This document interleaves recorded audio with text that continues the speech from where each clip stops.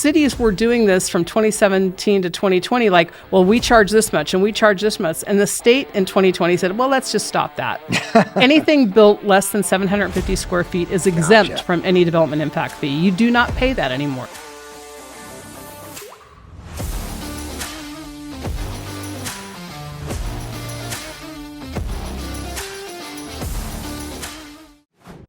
Welcome back to the Cash Flow Podcast, where we talk about turning properties into profits. I'm your host, Jayson Yoss, and today I'm here with my guest, Lisa DeJesus. Lisa, how you doing? I'm doing well, Jayson. Thanks for having me. I'm super excited to have you on. You have so much knowledge in the space.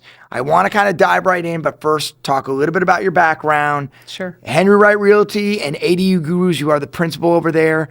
Talk to me about how you got in the business, how long you've been doing this. Well, you're right. I'm a licensed California real estate broker. I own my own brokerage, Henry Wright Realty. Henry was my dog.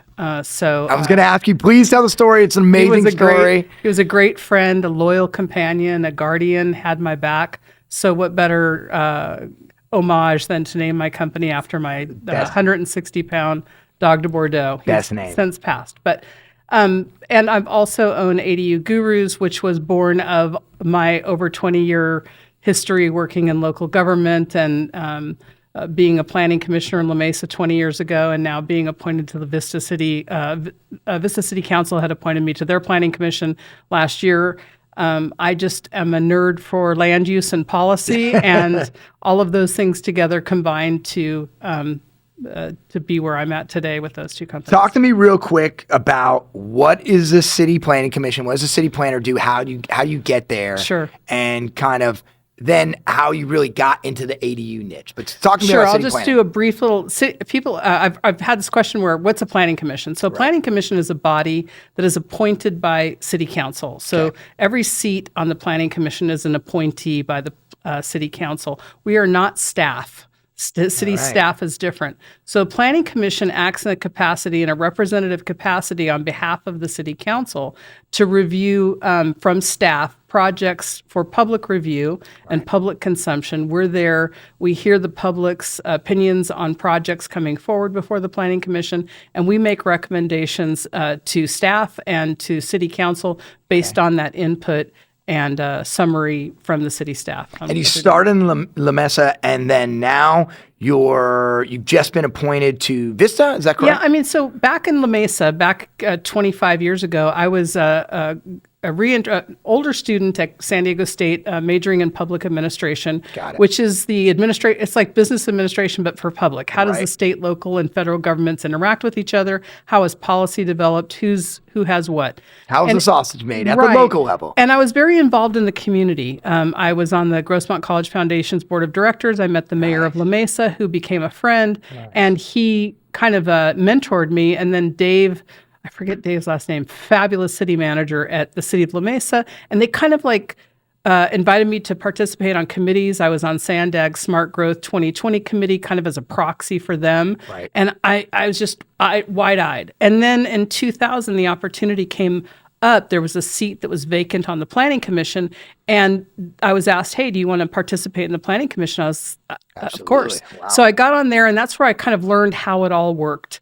And we looked at zoning things, variances, but we were also looking at the time, density and infill, which would subsequently lead to the next thing I'm going to tell you about. But we were looking about how you would increase density along transportation corridors. Think about places like University Avenue or El Cajon Boulevard, wherever we could build up where there was mass transportation that already existed, was a way to decrease urban sprawl in the Smart Growth 2020, looking ahead, how do we lower sprawl? So it was really kind of planted there. In fact, I was a part of the planning commission that approved the first mixed-use building in La Mesa, so that's kind of cool. So fast forward 20 years, I stopped being a planning commissioner there in 2003. You have to live in that city, and I had moved away. And to 2023, I'm living in Vista. I'm very involved in the community in North County. I'm, part of the Women's Club, part of, work with Operation Hope. And I just am, the chamber's a huge, I love them, and I'm on their government affairs committee. So I'm very well connected in there as far as understanding what's happening. Right. And the city, again, I got offered the position. Hey, not offered, but asked if, hey, would I like to be appointed to that because they thought I'd be a good addition. And of course, graciously, I said yes. And now I'm doing that there. But now mixed use is a whole lot different. And the state has a lot more input. But ADU Gurus kind of has been born all along. It just didn't have a name. So I help people now understand how the cities and state rules work so that they can maximize their property use. And the state has been pushing for more housing for quite some time, correct? And now it's about, like you said, at the local level, being able to take the state's mandate and make it fit for that city or that area. So yes, and quickly in 1991, the state went to term limits, and so that meant that candidates for those offices were usually coming from the local level. So the pains of local government came with them, and a lot of those people started saying, "We're really needing every local government gets to decide how their zoning looks, what their general plan looks like." But that Mesa could be different from El Cajon, which could be different from San Diego, which could be different from Solana Beach. And so the state in 2017, that body, and I'm not saying they were all local government people, but maybe these were a lot of influence from former local government officials that said, listen, we need a flat, we need an across-the-board planning rule, and that is that people should be allowed to increase density in their own backyard. Right. And therefore, and we need it too. 2017, you could, if you're a single family property owner, you can build one detached ADU and one JADU. Right. If you're a multifamily property owner, you can build 2 units. That is the law, period. And everything subsequently is kind of added to that. Right. The difference is, and this is where it's kind of difficult, is that every city has to allow that. Right. But some allow more. And therein lies the big, that I think encourages the confusion, right? Like, well, can I do this? Can I do this? Well, maybe not. And most cities, you have to just stick to the bare minimums. And then as the bigger developments, which I'm sure we'll talk about, look at density bonuses and other things. So based on, you say that the encourages confusion, it actually encourages experts as well. So talk to me about how one day you get a call saying like, hey, can you speak on this? Yeah. I just got a text from Brad Hobson at Chicago Title. He's a great friend. We went to high school together, actually. Nice. 30 some years ago in Del Mar. But he asked me, hey, I have a client. They're talking about an existing structure, and it was permitted in 2017. Remember, 2017 is that key year. Right. What happens is the state of California says if there's an existing structure on the building within the setbacks that wouldn't be allowed, but it's existing, we can turn that into an ADU. But some people, if they were to build it after 2017, wink, wink, and said, oh, it just happened to be there, that's going to be a little bit more of an issue probably. Right. So 2017, now I'm going to have to go back. Anyways, the point is that's one question. The next question I'll get is from a realtor who has a client that's looking to buy a property, and they wanted to know, is Encinitas difficult to get plans through? These are the kind of, it runs the gamut.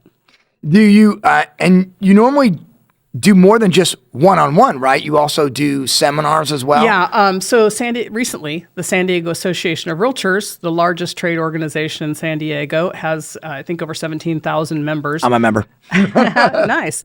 Well, they just invited me to teach a class there twice a month for the next few months. And I just finished my first class there last week. Not standing room only, but it was packed house, which was really fun. Awesome. That's one. But because I'm a real estate agent or real estate broker, the ancillary services of real estate, title, escrow, those folks would call me 5 years ago when I started the company. And they'd say, what's an ADU? And I was like, well, let me tell you. And then they said, well, let us educate our agents that are in our database. Will you put something together? And I think I told you on my first one with WFG Title, Randy Lipsey, 119 agents showed up on a Zoom call. And I thought, this is a note to self. This is interesting to some people. Yeah. So let's talk about, so as an expert, what are we telling people, or how are we helping our clients achieve success when they are looking to get into the increased density space? First on the single family side, and then maybe for your multifamily people. Well, remember the basics. The state says that a single family property owner can build one attached and one detached. What it comes down to is, do you have the space? Right. So you can build it. If you have a 10,000 square foot lot, the house sits towards the front, Right. And you have a nice big backyard, you can put a detached back there as long as you're 4 feet from the side and rear setbacks, and we can talk about that. And then you can also convert the garage if it's attached, or you can carve existing space out. So now you've got 3 units on the single family property. SB 9 is another thing that came out in 2022, and it allows for you to build 2 detached ADUs on a single family lot, but cities can interpret that in they can add to that. Really? So most cities will say, sure, you can build 2 detached ADUs, but first you got to build a secondary primary residence, Right. which is subject to all the building rules. So that becomes prohibitive. But cities like Solana Beach and Encinitas will allow you to put a duplex in your backyard in lieu of that second house up to 800 square feet on, so this is there. Every city changes, and depending on the buyer of the property or the current owner of the property, depending on their wallet, it just really depends on what they want to do, how to maximize it. Has it become cost prohibitive for investors to, say, buy a single family and add an ADU? It's a great question. And I've been seeing this more and more. We are phasing out of the ROI that's there for people, for investors to pick up a property. If you can get a property for $600,000 that's dilapidated and you just want to do everything and you have your team, it would probably pencil, it'd be worth it.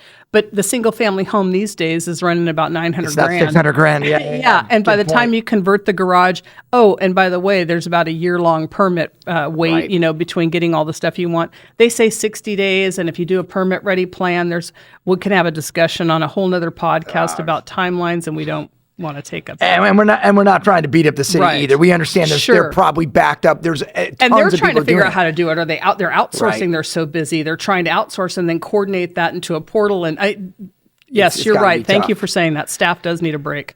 And so that's single family, but what about our multifamily clients? How are they getting multifamily is kind of really interesting because I had a fund manager call me. He was like the what do they call the guy that handles all the business in the finance company? Like they oversee not the money side of it, but the operational side of the fund. And he was looking at, they were buying 200 units. They were thinking of buying 200 units. He showed me the property. Okay. He showed me where he wanted to add 26 ADUs to this property, and by converting the garages underneath the bottom level. Got it. And it could be done. Right. He could do that. Wow. The problem is when you get into those weeds, he's going to have to, since they're attached to the existing 3 levels of or 2 levels of apartments, he's now going to have to sprinkler that whole entire building. So it's like you find out what you can do, and then you find out whether it's cost prohibitive or not. So those are the kind of things. Talk to me about, and we talked off camera, and I want you to expound this for our audience about what you can do multifamily or commercial wise in our transportation corridors. So if you drive along University Avenue in San Diego or El Cajon Boulevard in San Diego and North Park, you're going to see what you can do. And developers are coming from far and wide to invest in San Diego. It's such a great opportunity for them. So there's state mandated density bonuses, and it goes deeper than that. So and I think this is fair to say, because it's going to answer your question, is that the state has told the cities that you have to increase housing stock. Absolutely. What does that look like? Yeah. Well, that looks like the Regional Housing Needs Assessment, which is RHNA. And that is a mandate that the cities have to show the city or state how they're improving that. Right. So states have to take their general plan map out and go, okay, well, this was formerly residential, or this was formerly commercial. Right. I've got a bus line running through it from the residential neighborhood. I'm going to overlay multifamily on top of that. Got it. Commercial use. And now we're going to allow for multi-level units, numbers. We need to increase housing. So again, using University Avenue and El Cajon Boulevard, there's 200 units going up, a 5-story, 200 unit, I'm throwing numbers out. And they think, well, we don't really want to add all this parking. Right. We get a state density bonus for having 9 of those units be affordable, or a third of the, however, so it's an offset. I'm going to make them, and affordable does not mean Section 8 housing. Affordable Right. is a percentage of the AMI. So the median income in San Diego could be $120,000. I'm glad you so brought if you're that up. making $80,000 a year, you get a ding on. They take off the amount of the rent, but you have a place to stay and brand new construction. Yep. And so yes, this is all happening right now, and the density bonuses are encouraging that. And the refined zoning is I love the way you explain that. Like, look, we've seen everything from, I think, changing like strip malls, everything you can do along those corridors are on that map to make more residential property. Yes. And residential units is going to be huge. So Yes. let's talk about deals as well. I want you had a great one the other day, and I want you to tell everybody again, maybe one of your best deals, kind of a modicum of what success looks like for some of your clients. So I think we were talking about Vista. For building an ADU or multifamily? For building an ADU, I think we talked about a client who saw one of your model ADUs and was like, "Oh, this is how we got to do it." So the benefit prior to 2020, if you wanted to build a detached ADU in Vista or any ADU in Vista, you had to pay a development impact fee of $14,825. Every property owner is now a developer. Period. Right. That's I say that all the time to any room that I'm talking to. It's like owner developer, right? You're now a developer. You have the potential to be. So developers in the past and now currently have to pay an impact fee to a city. How are you impacting community services? How are you impacting emergency services? Right. How are you impacting the roads? I mean, all sorts of things. So there's a ding that you get, and that is $14,825 in Vista prior to 2020. So cities were doing this from 2017 to 2020, like, well, we charge this much and we charge this much. And the state in 2020 said, well, let's just stop that. Anything built less than 750 square feet is exempt from any development impact fee. You do not pay that anymore. So that $14,825 is gone in Vista. Nice. So the client that had come to see me and look at the ADU that I showed them they were just adamant that they had to have an 1,100 square foot ADU. And, that was going to be all the rage in her yard. And she walked in and she said, wow, because 750 lives well. It doesn't, Absolutely. It's not what it used to be. And you can do 2 bedrooms, 2 bathrooms, nice open concept living room, kitchen in 750. And so she sat on the sofa and she said, I want this house. I want this one. So she did some great modifications to the plans that we had already permitted from the city for that particular one.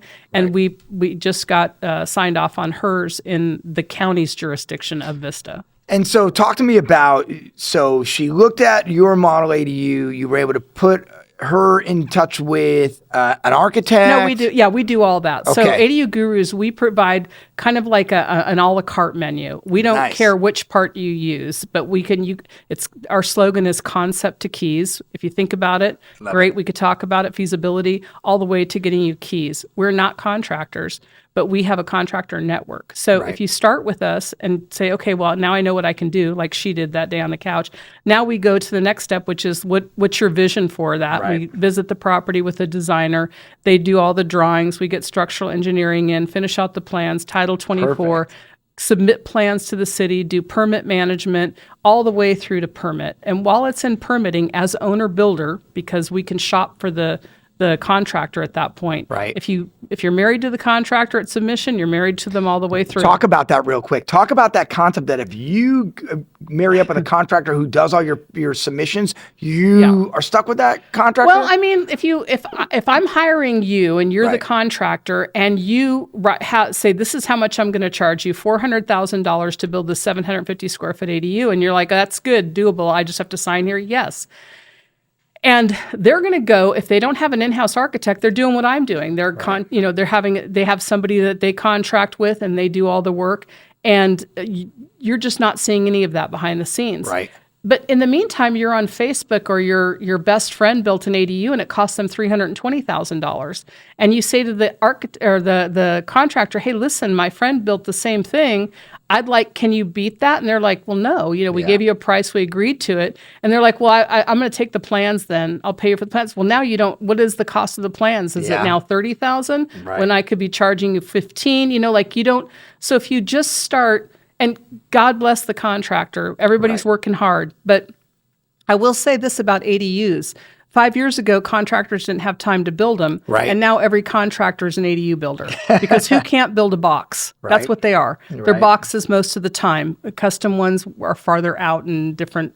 They're just a different ball game, and nobody's really doing that. Most people are building boxes. And not all contractors are built the same. So if you That's decide right. that it's time to make a change, they have your plans unless you're the owner developer. And if you correct? get plan set back, if you're the contractor and you're just seeing this as a great, and I'm not We're not sitting here beating to them up, bash no, them no. up at all. But we all have issues with our architects and the submission process, right? Right. That's all a joke. And if you don't have your hand in that, Right. and you don't understand, like I educate my architects and about what the city's allowing. Right. We know with the plan checkers at the city of San Diego, if you put something in and there's 4 new plan checkers, you may get something back as a correction that's allowable. Right. And you have to go educate that plan checker. Right. So if you have a contractor that's just like, I'm not pushing in it this for through. this. Yeah, You know what I yeah, mean? yeah. I can build it. So let us handle all that mess and let us handle that process. And as we're going through that process, we shop our network of contractors, Right. or you can bring your own. I Right. don't care. Right. So as long as you're getting the best price, the best person that you're comfortable with, then that's kind of the success model that we have. I love it. And then you brought up a great point, which I didn't even think of, but you can have those plans, and what happens if you decide you don't want to build? You just, raise the value of the property? Well, when you have a set of permitted plans and you're planning to sell in the next year, sure, there's value there. I mean, what did you just spend on it? And doesn't count the time. But listen, the market's always going to determine the value of your property. Sure. But that person right now, I can tell you that the majority of buyers out there are looking for ADU-ready property. Shovel or ready. They're looking for it. There's nobody's going, I don't want one. I mean, everybody is thinking how they can add value to the property because of these rules and the opportunity. So if you have a permit set that's already permitted and you're just ready to go, you just want to sell because you're ready, you're moving to, Texas with a lot of people, then go ahead and sell it. You're going to have some value in that. The fact that you have permanent and shovel ready plans, how long does that take? And then what is it to get that far? And then construction part, how much time? People, you can see, I see as this is all developed and over time, permit ready plans from cities called PRADU plans, PRADU, permit ready ADU plans. They're not pre-approved, they're permit ready. I have permit ready plans because I've already put stuff through a city, and my structural and my floor plan has been approved for that property. Right. The city says, here's a set that if you put it on your property, we can approve it. You still need a site plan for your property. Yep. I still need to know where you're tying in, how we're meeting Title 24. Are you going to have solar on the primary? So all the specific information is not there. Right. So we have to translate that, whether it's a permit ready set from a city or it's a permit ready set from my files. Right. We're still going to have to put that on your property, and we're still going to have to make it site specific. Right. And there's a fee for that. Of course. So on both things, but it's not as much as it would be if you went start from finish or start custom. And is it still, like we talked about this Vista deal? What was the time that you were in the city, and what was the time for construction overall? So if somebody starts today, Right. you signed the contract with me, and I was scheduling my contract or my architect out there, depending on staffing and whatnot and course. getting it to the city, I would say 2 keys, you're about 14 to 18 months out. Gotcha. And that is the truest statement. And I think if people can get it done faster than that, then God bless them, because Yeah, it's right, really tough right. right now, because I would say this, and it would depend on the jurisdiction. Sure. It would, the city of Vista, I know them very well as far as I respect every city, but they know me and I know them. And if I put a set of plans forward, I'm going to try to make sure that I know Right. all the things to anticipate. So I may shave off a little bit of time, but I have no, as an arm's length relationship between Sure. my civic duty and my private duty. Absolutely. And I haven't heard anybody say anything like, "Oh, I can get you, completed in 8 months." Like, really? Yeah, that would be tough. That would be a red flag for me. What's the biggest unexpected hurdle that you see when going through this type of process? Well, I'm a living hurdle jumper. From the time I started this company, just because I know about laws and rules, Right. I didn't know about architects and plans and city submissions. And, I've learned everything along the way. And it's always a learning. I'm still learning. Right. And it's every city has a different process for submission. Right. Understanding why they do what they do. I spend time thinking about stuff like that. Like these are the kind of things that's why I digest it and I know who does what along the 78 corridor, who's doing what on the 15 corridor. I think about corridors all the time. Right. So I'm learning all the time. There's no specific hurdle other than realizing that it's a never-ending learning curve. Never-ending. Every client and every submission is a little bit different. Everything. That's correct. And I think you said it the best when we talked off camera. Like, if anybody tells you they're going to do it just like that, they're probably wrong with you. Listen, there's processes that we're sticking to, right? We need plans. We need to we design, we plan, we submit, we permit manage. And when we say permit management, all I'm saying is the city's going to give you corrections, and these are the other laws, right? The city has 60 days to get back to you corrections, or it's ministerially approved. Never seen it, and nor would I fight the city on that. So that's just not happening. But sometimes the city takes 3 months, right? And what are you going to do? Sue them? No. But I mean, sometimes the city takes 8 weeks. Sometimes it takes 6 weeks. But you're going to get corrections back invariably. I think they said there's this standing joke that the only guy that gets plans through the first time is 90 and he lives in LA and he's, he knows everybody. But other than that, you're going to get corrections. Well, let's wrap it up with this. Sure. One lasting piece of advice for the real estate entrepreneur who is looking to, get into the ADU space. They want to add an ADU. They want to get more for their buck. I would say depends on the investor. Absolutely. We were talking, I think, off camera about the investor that has 1031 money that's $2 million to $30 million.